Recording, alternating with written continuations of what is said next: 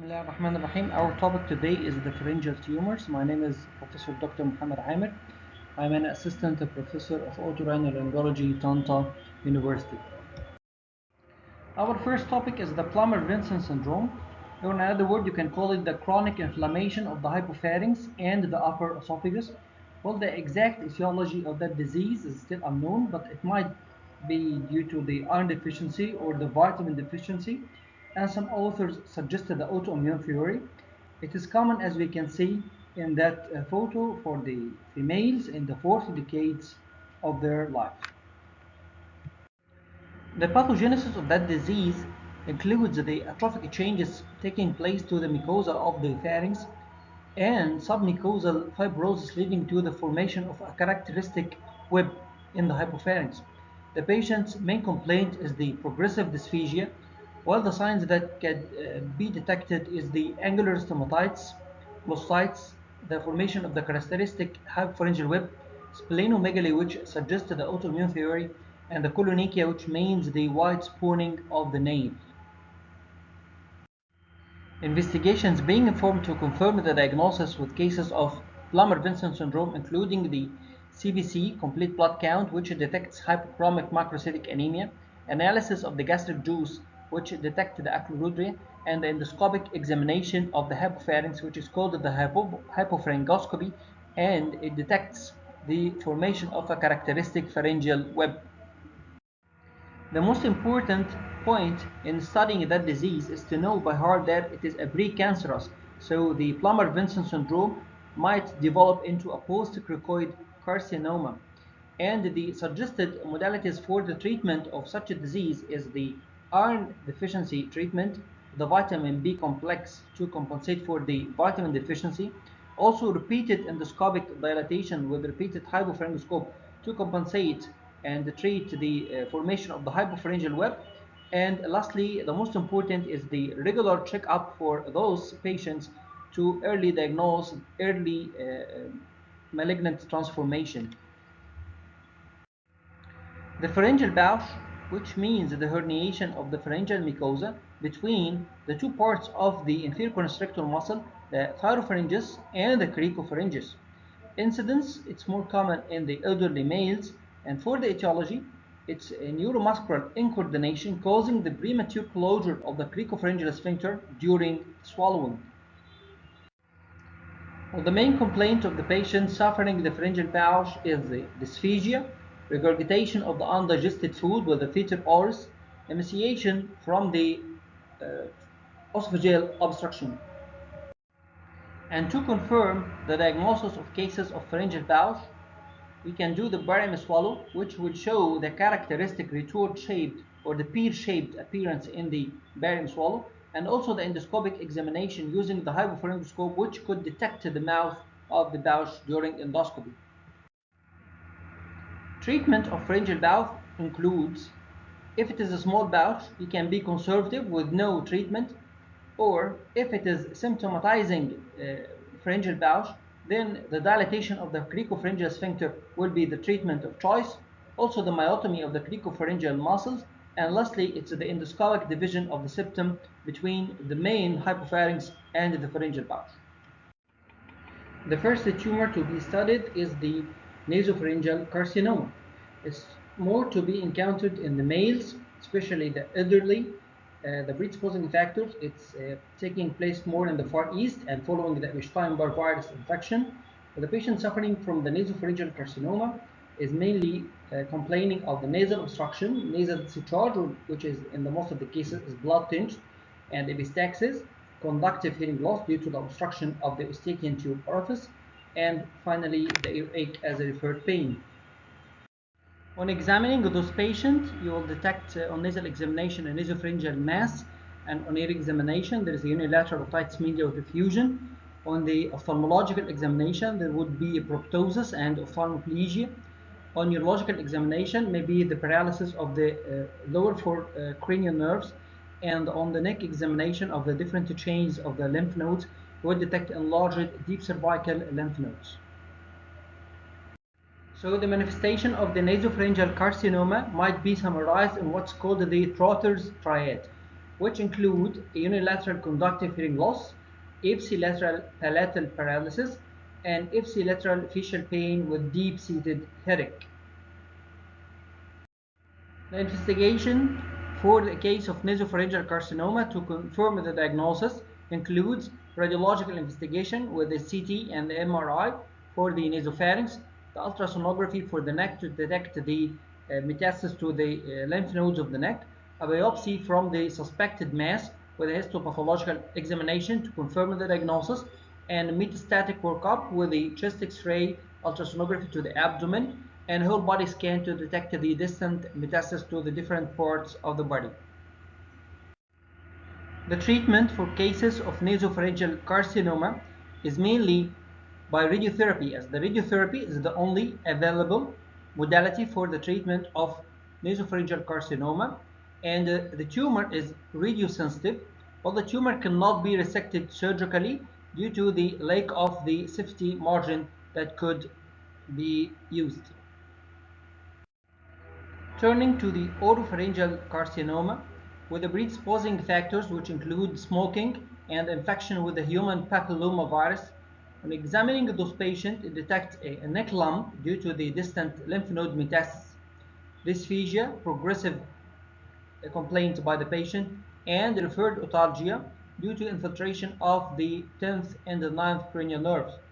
On examination, there is fungating mass or malignant ulcer affecting the tonsils or the oropharynx. And on examining the neck, there is lymph nodes enlargement, which is hard and being fixed to the underlying structure. The investigation to confirm cases of oropharyngeal carcinoma includes the radiological investigation with the CT and MRI and ultrasonography. Also, a biopsy could be taken from the suspected mass with histopathological examination to confirm the diagnosis, and the metastatic workup as mentioned before in the nasopharyngeal carcinoma. And for the treatment, here is different from the nasopharyngeal carcinoma, as the main line for treatment is by surgery with the resection of the tumor with combined neck dissection, and also recently what's called the transoral robotic surgery, while we use the robots to resect the tumor through a remote control. Tumors of the hypopharynx include benign tumors like the papilloma or the mixed salivary gland tumors, and malignant tumors including the squamous cell carcinoma, lymphoma, and sarcoma. The post-cricoid carcinoma is the first malignant tumor to be discussed in the tumors affecting the hypopharynx. It's more to be encountered in females. The main complaint of the patient is dysphagia, also hoarseness of voice from the laryngeal invasion of the tumor, referred pain to the ear, weight loss, and neck metastasis, causing a neck mass commonly due to the metastasis to the lymph nodes of the neck. On examination, you will detect enlargement hard lymph nodes of the neck being fixed to the underlying structure, which raise the alarming sign of being malignant. Also, on the hypopharyngeal examination, using the hypopharyngoscope, you can detect the tumor affecting the post-cricoid area. And finally, there is what's called the Morse sign. The Morse sign is positive in cases of the post-cricoid carcinoma. Morse sign means the absence of the laryngeal click. On investigation, a lateral X-ray will show a widening of the tracheo-vertebral space. Also, the barium swallow could detect the tumor. The CT or the MRI are the radiological investigation of choice to confirm the diagnosis of cases with the post-cricoid carcinoma. The rigid hypopharyngoscopy is the modality of endoscope to be introduced into the hypopharynx to detect the tumor, and you can take a biopsy to confirm the diagnosis after histopathological examination. Also, the metastatic workup, as mentioned before, to detect the distant metastasis of the tumor to the other parts of the body. Treatment for cases of post-cricoid carcinoma is mainly surgical, with pharyngolaryngotomy and block neck dissection.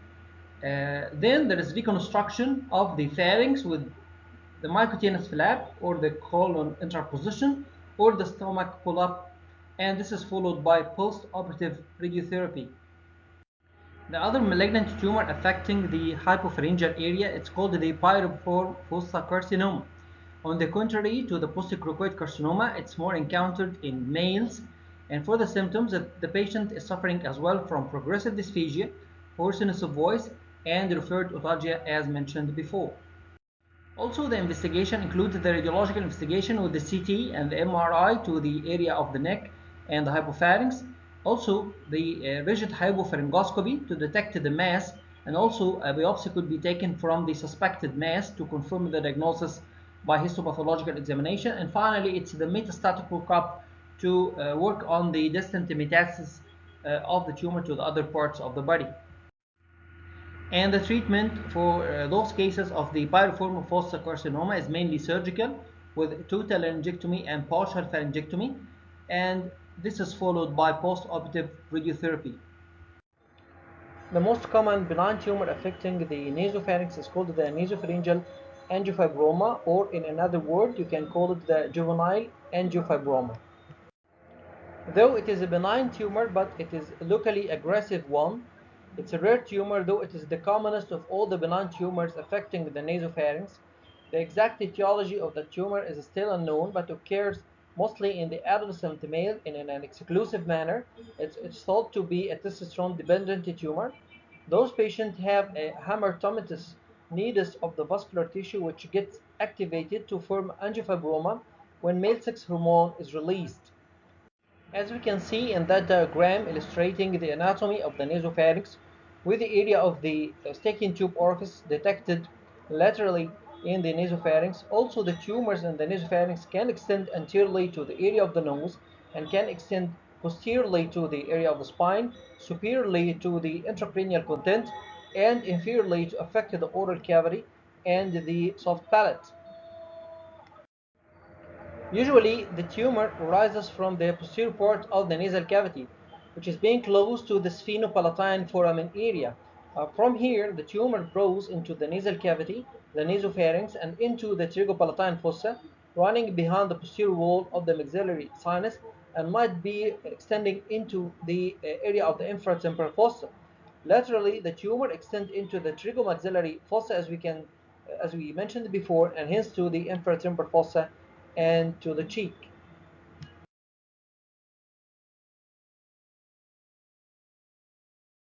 The exact etiology of this tumor is still unknown, but it is to take place only and exclusively in the males around the period of their puberty. Histologically, the tumor is composed of fibrous connective tissue interposed with a variable proportion of endothelium lined with blood spaces. The vessels are just endothelium-lined spaces and lacking their muscular coat. Therefore, the severe bleeding may occur on taking biopsy and surgical removal of this tumor, as the vessels cannot contract to stop bleeding.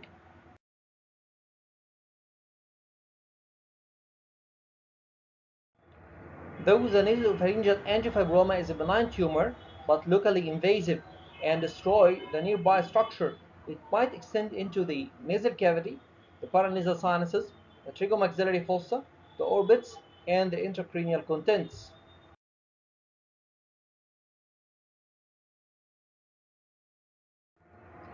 The clinical features of a case with a juvenile angiofibroma is suffering mainly from a profuse and recurrent attacks of epistaxis, which is the cardinal sign for diagnosing the cases of the juvenile angiofibroma.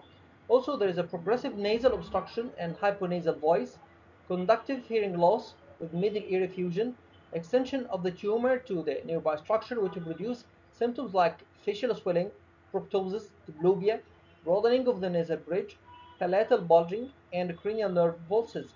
Also, in examination, a pink or a purple lobulated soft tissue mass could be detected in the nasopharynx, taking care that it is bleeding on touch. As we can see in the diagram, some of the manifestation in the cases of the juvenile angiofibroma with recurrent epistaxis, proptosis, otitis media diffusion, and broadening of the nasal bridge. Investigation include the imaging studies. The CT scan is particularly helpful to find the extent of the tumor. In addition, the CT scan with contrast will show the vascularity of the tumor and the feeding vessels. The MRI is also helpful, especially to see the extension of the soft tissue tumor into the cranium, the orbit, as well as the infratemporal fossa. Here, the CT scan of the with the axial view of the nose and the paranasal sinuses with a nasopharyngeal angiofibroma affecting the left nasopharynx. We can detect its close proximity to the area of the sphenopalatine foramen and extension into the nasopharynx. Also, angiography, carotid or four vessels angiography, two carotids and two vertebral arteries, will show the vascular nature of the tumor and its feeding vessels and their extension into the tumor. The biopsy is mentioned here to say that it is contraindicated in the suspected cases of the angiofibroma, as the biopsy might be complicated with the life-threatening attacks of epistaxis.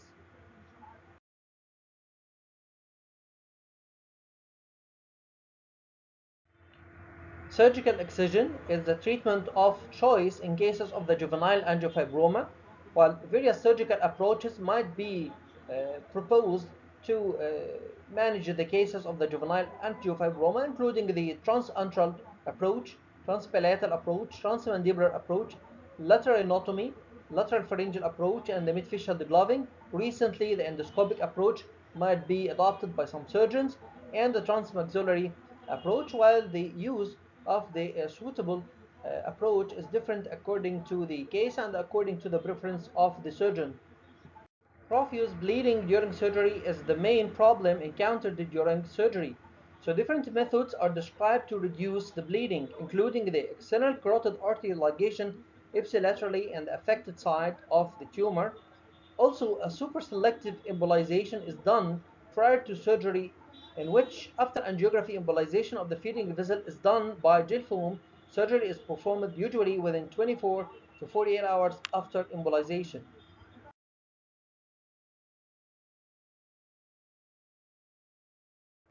And finally, thank you.